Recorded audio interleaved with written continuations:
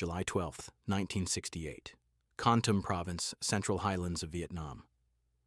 The rain has been falling since before dawn, a thin, relentless sheet that turns red dirt into glue. In the tree line above a narrow trail, 6 men lie motionless, pressed into the damp earth. Their faces are smeared with green and black camouflage, rifles wrapped in tape to kill the shine. Sergeant First Class Daniel Mac McRae checks his watch without lifting his wrist, rolling it slightly under his poncho sleeve. Doe 9:43 hours. The NVA column should be here by now. You can hear them before you see them, boots on wet ground, the clink of metal, low voices carried just far enough by the humidity. McRae exhales slowly through his nose and tightens his grip on the Car 15 across his chest. He doesn't move.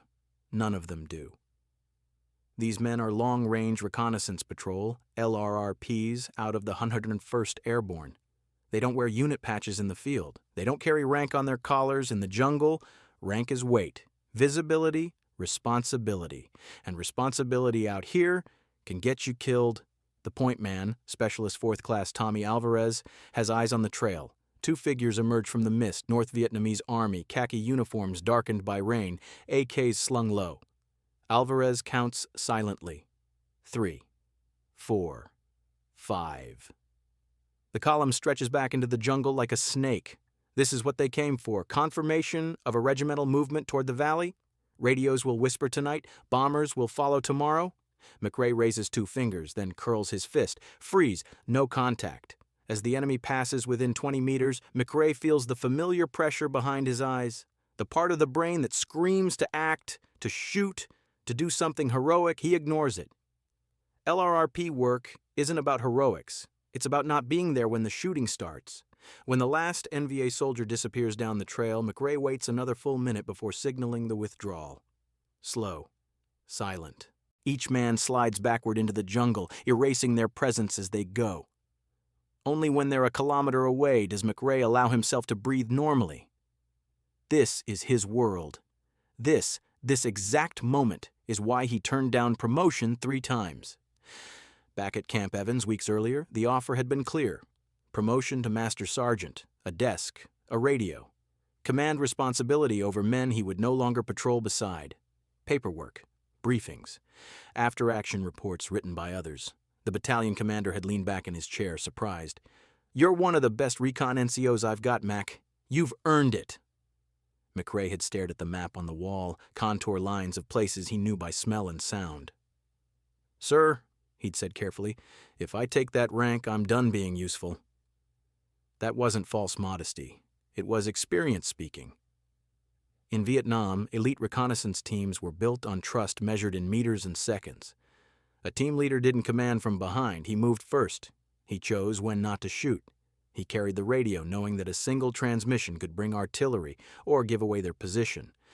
Promotion meant separation, distance. It meant being known. Higher rank meant your name on rosters, your presence required in briefings, your signature needed on documents that traveled far beyond the jungle. It meant exposure, not just to enemy intelligence, but to the system itself.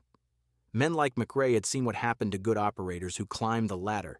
They became targets, not just for the enemy, but for higher headquarters. Pulled from the field to fill gaps, assigned to units that didn't understand recon, ordered to lead men they'd never trained, on missions planned by officers who had never lain still while an enemy patrol passed 10 meters away. Out here, survival depended on anonymity. The team moves again before dusk, circling wide to avoid the trail. Specialist Alvarez stumbles once on a route, catches himself before the sound carries. McRae gives him a quick nod. No words. Words are expensive. By nightfall, they reach the extraction zone, a small clearing barely large enough for a rope ladder. McRae keys the radio once, then waits. The reply comes in a burst of static and coordinates. A slick will be overhead in 12 minutes. As they wait, crouched under ponchos, Alvarez whispers, "Top, you ever think about going back stateside? Teaching?" McRae shakes his head slowly. "Not yet." What he doesn't say is this. Promotion would send him away from this moment, away from the men who trust him with their lives because he's still one of them, away from the jungle where rank fades and only competence remains. The helicopter arrives low and fast, rotors chopping the rain into mist. One by one, the team hooks in and lifts into the night. McRae goes last. As Vietnam disappears beneath them, he knows the question will come again.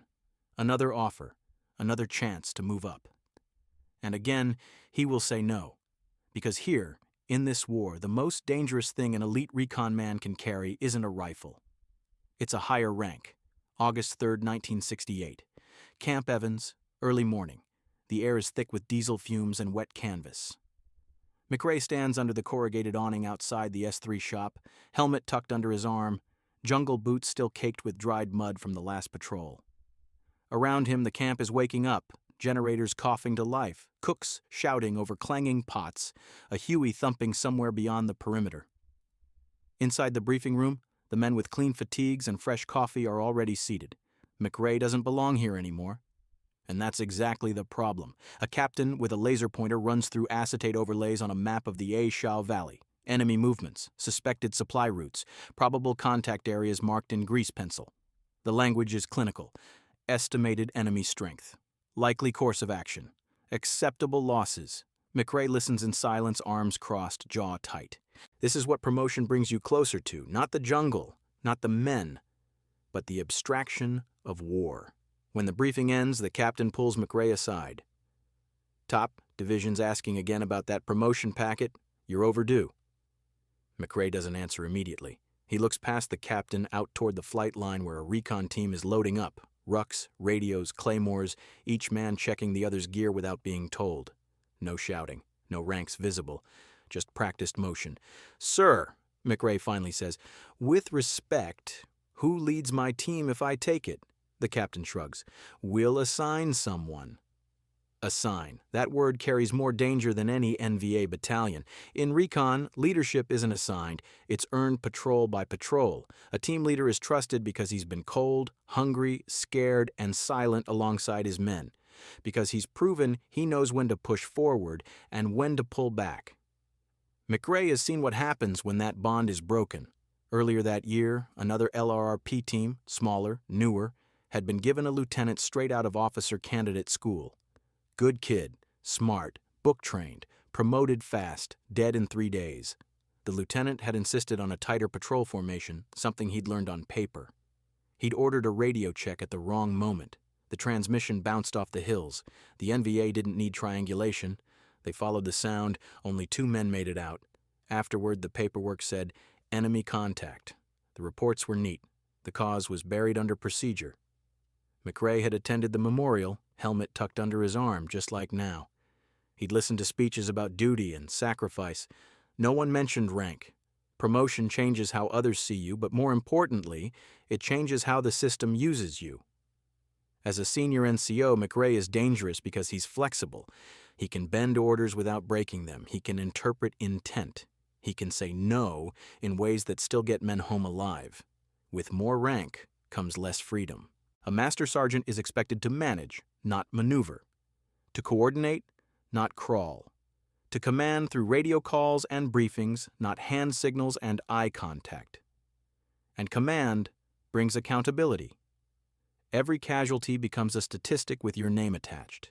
Every deviation from the plan requires explanation. Every decision is reviewed by someone who wasn't there when the jungle went silent and the birds stopped moving. The men know this. They talk about it quietly, between patrols. Specialist Alvarez once asked him, Top, why don't you take the rank? You earned it. McRae had looked at him for a long moment before answering. Because I don't want to be the reason someone else dies. Alvarez hadn't understood then. Not fully. Now, after 3 patrols where McRae had pulled them back minutes before an ambush zone, he was starting to. Later that afternoon, McRae walks the perimeter. A young staff sergeant salutes him out of habit, then looks embarrassed. McRae waves it off. Out here, salutes draw eyes. A message arrives by runner, another patrol tonight, same valley, different team. McRae is asked, not ordered, to sit this one out, observe, advise. He crumples the paper and stuffs it into his pocket.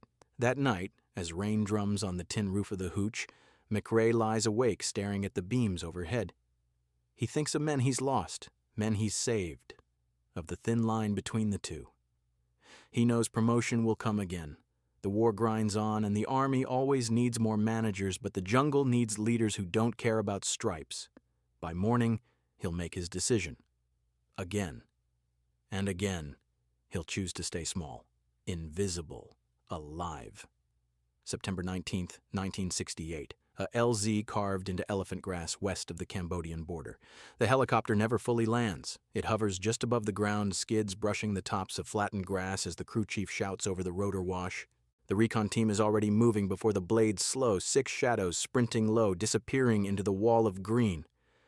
McRae hits the ground hard, rolls, and is up again in one motion. No hesitation, no pause to orient.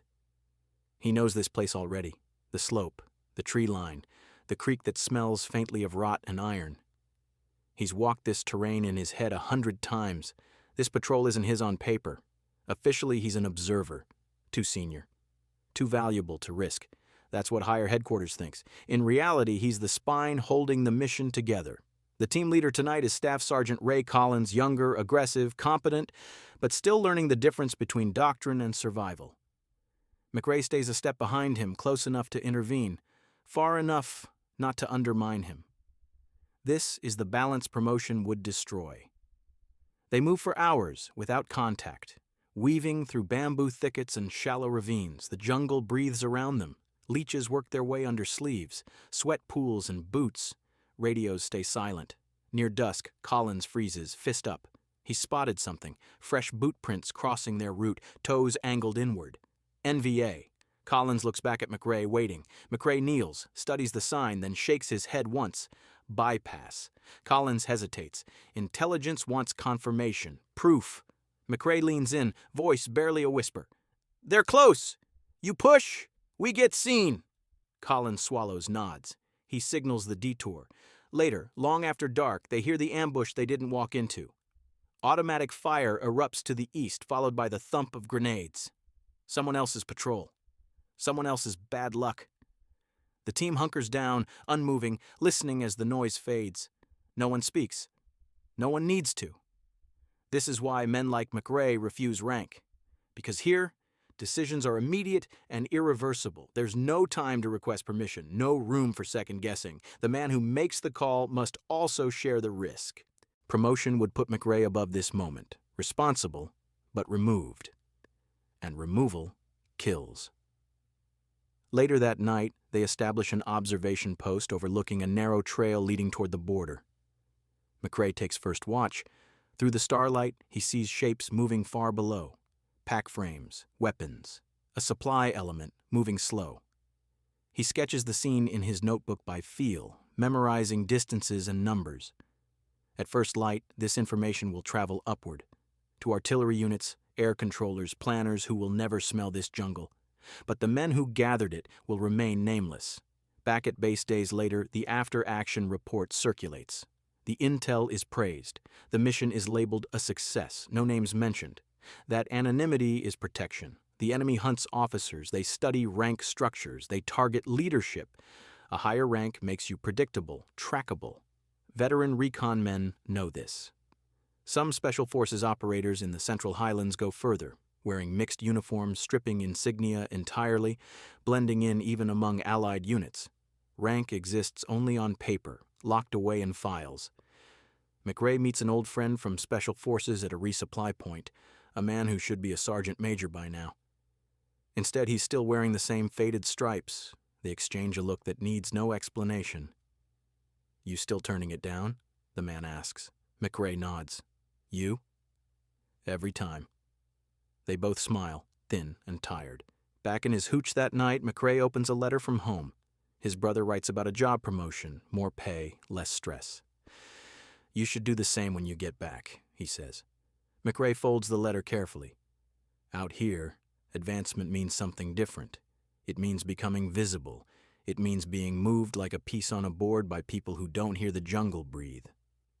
As the war drags on, the Army will quietly tolerate men like him. It needs their results too badly to force them upward. So a strange, unspoken agreement forms. You deliver intelligence, and we won't ask too many questions about your rank. It won't last forever. But for now, in this narrow window of survival, staying small keeps men alive. And in Vietnam, alive is the only promotion that matters. February 2nd, 1969, Phu Bai Combat Base. The cold comes before dawn, a sharp reminder that not all of Vietnam is heat and rain. McRae sits on an ammunition crate outside the hooch, hands wrapped around a dented metal cup of coffee, steam rising into the pale light. Around him, the base is quiet in the way only exhausted places ever are. He's been in country almost a year now, longer than most. Long enough that faces blur together, new arrivals full of noise and expectation, short timers counting days, ghosts who exist only in names scratched into helmet liners. The promotion offer comes again, this time in writing, a neatly typed memo. Reassignment pending acceptance. Higher responsibility, increased pay. Commendation implied. McRae reads it once, then folds it carefully and slips it into his pocket. He doesn't tear it up. He never does. He knows what it represents. It's not ambition he's refusing. It's survival. The war's changing, enemy units are adapting, recon patrols are being hunted more aggressively, mines appear on trails that were safe weeks earlier. Radio discipline tightens because mistakes are punished faster now. And the men coming in to replace losses are younger, less prepared. They look to veterans like McRae not for orders but for reassurance. That reassurance disappears the moment you outrank them too much. Later that day, McRae accompanies another team to the edge of the wire. A young private asks him quietly, "Top, you ever scared out there?" McRae thinks for a moment before answering. "Every time." The private nods, relieved. Fear admitted is trust earned. That night, the team doesn't come back. The radio crackles just before midnight. Broken transmissions. Coordinates shouted over gunfire, then nothing. By morning, word spreads. Ambush. Heavy contact, extraction under fire, 2 men missing, 1 confirmed KIA. McRae stands on the tarmac as the survivors disembark, faces gray with shock and exhaustion. He recognizes the look. He's worn it himself. The dead man was a corporal, smart, steady. Had talked once about making sergeant, about getting out of the bush. McRae feels the weight settle in his chest. This is the cost of staying small. You outlive people who shouldn't have died. You carry knowledge upward without moving upward yourself. You remain while others rotate home, promoted or broken or buried. Weeks later, McRae finally writes his refusal. No explanation, no argument, just a simple decline. The Army accepts it without comment. By late spring, his tour is ending. On his last patrol, the jungle feels different, not safer, just familiar in a way that's almost intimate. He moves through it with the ease of long habit, every sound catalogued, every silence weighed.